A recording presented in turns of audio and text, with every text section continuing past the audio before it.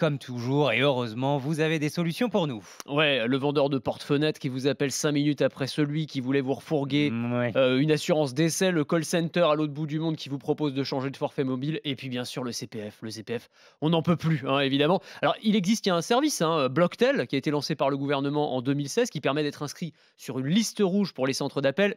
Globalement, Ça marche pas. ça fonctionne pas très bien.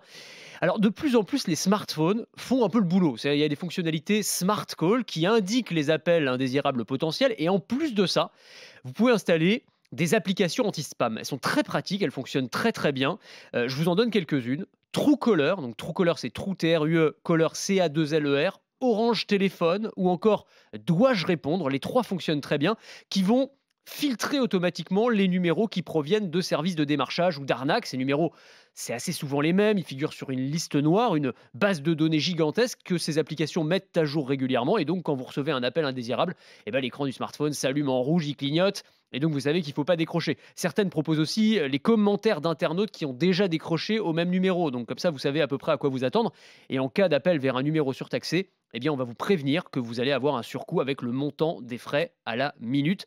Ça fonctionne tout ça pour les appels, pas encore pour les SMS de pub, Ah oui. malheureusement, qui eux aussi sont une plaie et de plus en plus. Bon, ça c'est très bien pour ceux qui ont des téléphones portables. Le problème, c'est qu'on est aussi harcelé sur le fixe. Comment on fait? Ouais, absolument. Alors là, vous pouvez investir dans un téléphone fixe anti-spam. Ils sont spécialement conçus pour filtrer les appels publicitaires indésirables. C'est Ah le bon? japonais Panasonic qui a mis ça au point. Alors c'est redoutable, c'est très malin, c'est pas hyper high-tech. En fait, il faut savoir que souvent ces appels indésirables, ce sont des appels automatiques. Ils sont générés par des robots, des logiciels, et c'est seulement quand vous répondez que vous entendez une autre personne à C'est l'autre pour bout ça du qu'il y a une fil. espèce de petit délai C'est à chaque fois. exactement ça. Et D'accord. donc pour contrer ça, le principe de ces téléphones, il est très simple, c'est que si l'appel vient d'un numéro qui n'est pas dans vos contacts, eh bien le téléphone, avant de faire aboutir l'appel et de sonner, va demander à votre interlocuteur d'appuyer sur la touche 1. C'est tout bête, Hein. mais si c'est une machine, évidemment, elle ne le fera pas et l'appel va échouer sans vous embêter. Si c'est un humain, vous pouvez bloquer le numéro ou même des listes de numéros en appuyant sur un simple bouton. Le commercial qui vous proposait de refaire l'isolation de votre maison et qui vous appelle une fois